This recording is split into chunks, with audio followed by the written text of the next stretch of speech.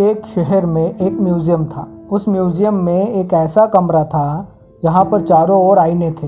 यहाँ तक कि उस कमरे की दीवार पर, छत पर और फ्लोर पर भी शीशे लगे हुए थे।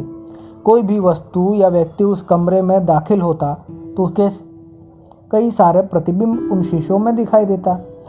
एक दिन कुछ ऐसा हुआ कि उस म्यूज़ियम की देखभाल करने वाला आदमी उस म्यूज़ियम का पीछे का दरवाज़ा बंद करना भूल गया। वह दरवाज़ा सीधे उस शीशे वाले रूम में जाकर खुलता। अब हुआ कुछ ऐसा कि उस म्यूज़ियम के आसपास उस दिन एक कुत्ता घूम रहा था।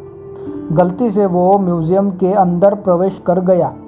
जैसे ही वह शीशे वाले कमरे में प्रवेश किया, उसे कई सैकड़ों अपने जैसे कुत्ते अपने सामने नजर आए, जो वास्तव में उसके प्रतिबिंब थे।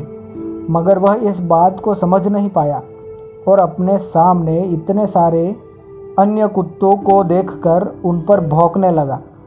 उसने देखा कि सारे कुत्ते भी उसका विरोध करते हुए उस पर भौंक रहे हैं। कुत्ता ये देखकर डर गया, मगर जैसा कुत्तों का नेचर होता है, वह अपनी धाक दूसरों पर जमाने के लिए और ज़ोर से भौंकने लगा।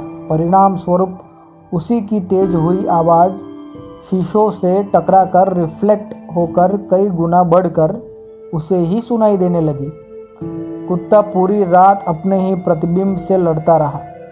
जब सुबह म्यूज़ियम की देखभाल करने वाला आदमी आया तो उसने शीशों वाले कमरे में उस कुत्ते को मरा हुआ पाया।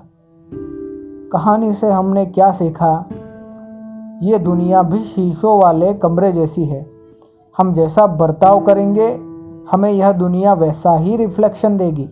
हम स्माइल करेंगे तो हमें स्माइल मिलेगी, हम हिंसा करेंगे तो हमें हिंसा मिलेगी, हम पॉजिटिव रहेंगे तो हमें पॉजिटिविटी मिलेगी। इसलिए ऐसा ही काम करो जैसा आप चाहते हो आपको दुनिया से रिफ्लेक्शन मिले।